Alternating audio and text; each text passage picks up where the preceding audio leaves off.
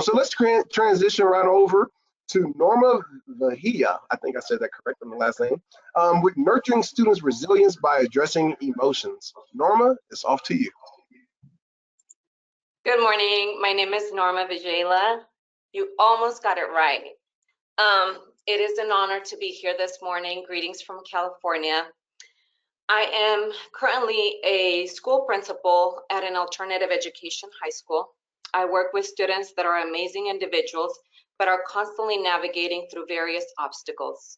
I have been working at this school for 5 years now, and for the past 2 years, my team has been working with addressing emotional poverty at our campus.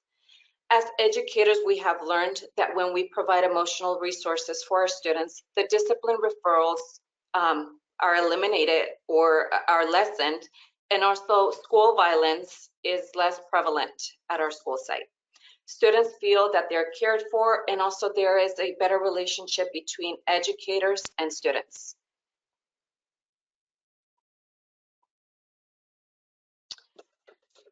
We all know that children are hurting. The issue of trauma, we've been talking about trauma, and the issue of trauma is not new to our school sites. I want to tell you a story about one of my students, Tanisha. Tanisha is a 16-year-old. Norma? Yes? Norma? Yes? We've lost your PowerPoint. Oh, my goodness. Thank you. Can you see it? Yes, thank you. Great, thank you. The issue of trauma is not new to our schools. So I want to tell you about one of my students, Tanisha. Tanisha is a 16-year-old beautiful individual. She carries a lot of emotions, but what we generally see at our school site is anger. She comes in angry and sometimes leaves angry from our school site. One day she arrived late to school, and we just allowed her to go into her classroom. She was late. She proceeded to sit down in the classroom. Within a few minutes, she began a verbal altercation with another student. What we were able to do is separate the other student from her and allow her to calm down.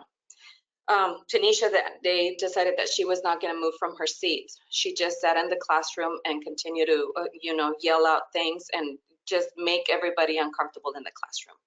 So when the administrator arrived, the administrator had to make a very quick decision. And he had two options. The first option was to call security and have Tanisha removed forcefully. Or the second option was to allow Tanisha to calm down, give her a few minutes, and then be able to move Tanisha from that classroom into another space. So he opted for the most human, possibility. He allowed Tanisha to calm down for a few minutes while he was still there and security was waiting outside. But then within a few minutes, we asked Tanisha to move to another classroom, and we gave Tanisha what she needed at that moment. We gave her some water, and we gave her time and a space so that she can calm herself down. Within, when she was ready to talk to us, she disclosed that that morning she had been in a fight with her mother. Upon waking up, she had gone in a fight with her mom, and on her way to school, she had been jumped by three other individuals. So once Tanisha opened up to us, we were able to see that her emotional meltdown had nothing to do with the school site. So, but what we can see is that our students, our young people, are dealing with a lot of toxic and overwhelming experiences that sometimes result in a lot of things that are expressed in the classroom. But these difficulties many times have nothing to do with what's happening on in the classroom. But we know that they're dealing with a lot of family violence and also with a lot of neighborhood violence, and that sometimes is carried on, that emotional noise carries on into our classrooms. Several factors may predict whether or not students will disengage from school or earn a high school diploma. It is estimated that approximately 46% of all youth has at least one risk factor, and 18% have two or more risk factors. There are four main factors that contribute to disengagement. The first one being their background, the second one being their educational performance, the third one their attitudes, and the fourth their behaviors. Through a deeper understanding of emotional poverty, we have been able to address two of these factors, which are behaviors and attitudes. Student disengagement is exhibited in the way that our students are behaving. Addressing emotional poverty is crucial in preventing students from giving up from their right to be educated.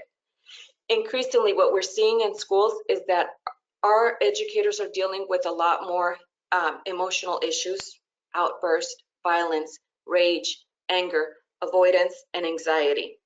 The current methods of discipline are just not working for our students. What we have been able to do with Tanisha is provide additional resources and also mentorship opportunities so that she can navigate her emotions. We have addressed her behavior, but most importantly, we're getting to know her now. She is resilient and she is very interested in graduating high school. At our school, we're working hard to meet the needs of the whole students. So at our school, our model is built on a framework that focuses on 4 tenets. The first one is caring, the second one, academic growth, the third one, mentorship, and the fourth one, resilience. We believe that as educators, we could do a lot to either shape their behavior to be positive or shape their behavior to be negative. So what we're focusing is on that care. Before we do any of the other things, we have to care for our students. As I mentioned, we have been working with the text Emotional Poverty in All Demographics for the last 2 years. Through our work with emotional poverty, we have been able to understand what happens when our students' brain is not regulated or not integrated.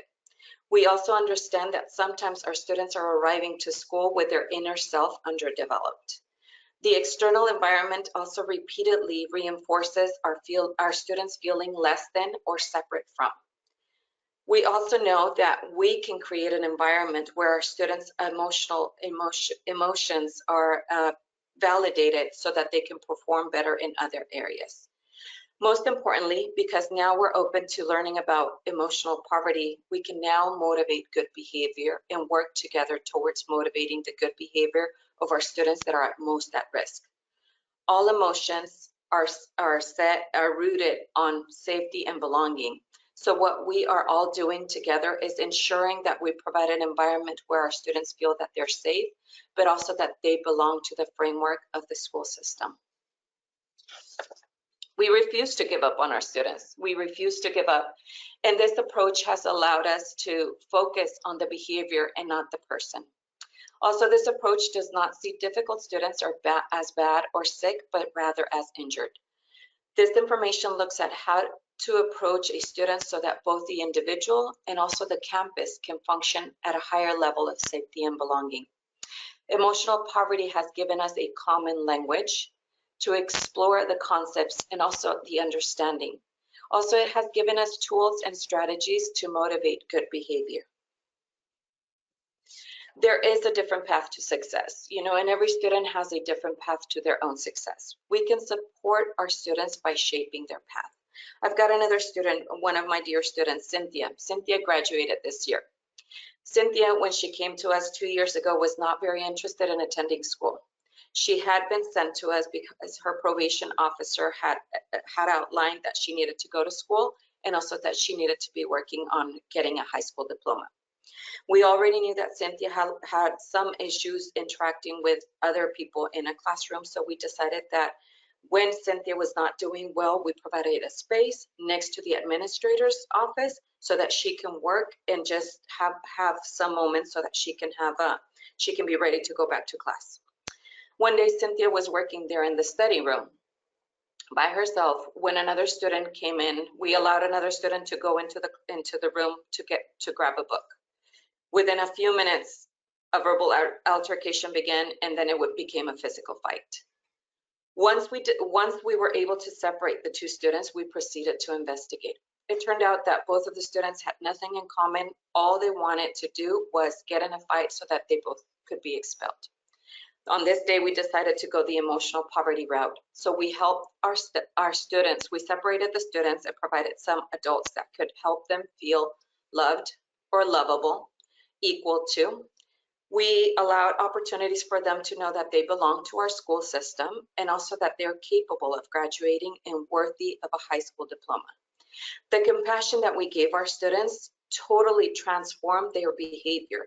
From then on, we had no further altercations between the two students or with any other student. Also, we've been able to see our students do better academically. Cynthia graduated, the other girl transferred to another school, and now she's doing well. It is very important to understand through emotional poverty that sometimes our kids are going to need a second chance, sometimes a third chance, sometimes more, even more chances, so that they can feel that compassion from the education system. The resilience through understanding emotional poverty. So now we know that when our students act out, it stems from stressors that have nothing to do with the school. Also, our response look at the students' bad behavior with the purpose of motivating good behavior rather than punishing the students for their emotional hits that have caused that behavior. Our educators seek to create a caring environment where we can eliminate the risks that are causing other emotional hits to emerge. We understand that educators also can come with some emotional noise, so we're training also our educators on how to calm themselves down before they interact with a student that may be in an emotional hit. We talk about a lot about resilience, but only through understanding our students, only through understanding their emotion is that we are able to dive into their resilience. There is the resilience of our students. We've seen it before COVID, that they had a lot of emotional hits. There was a lot of emotional noise.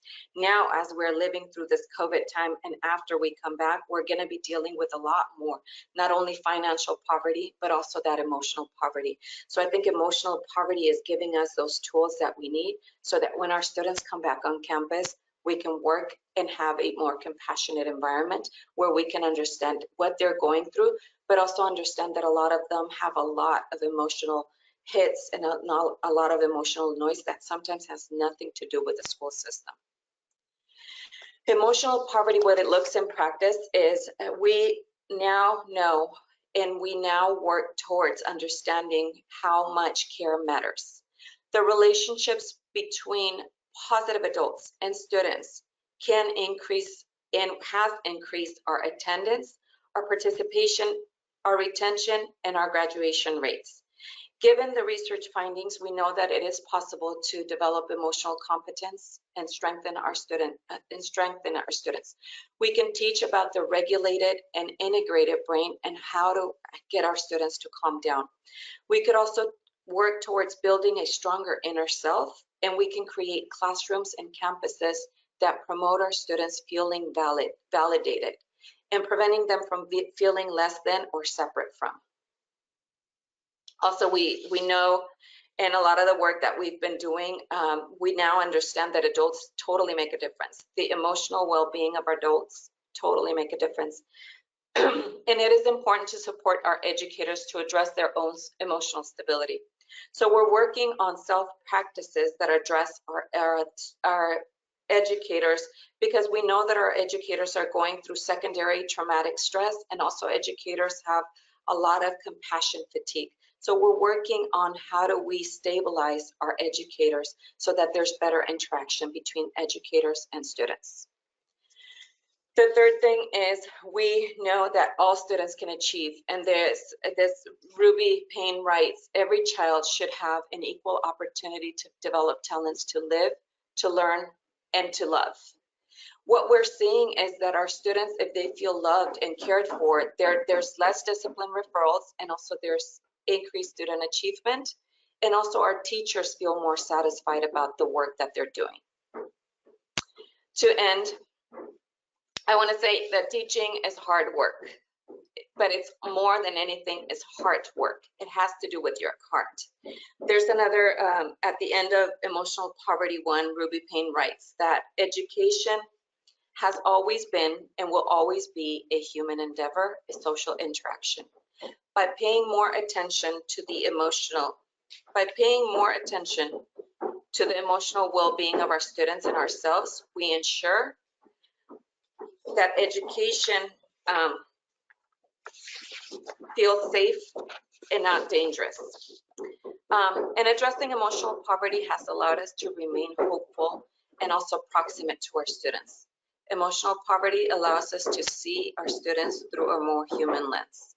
I want to thank you for everything, all of the work in this space. I want to thank you for listening, and I want to thank you for all the care and love and compassion that you continue to demonstrate our students. Thank you.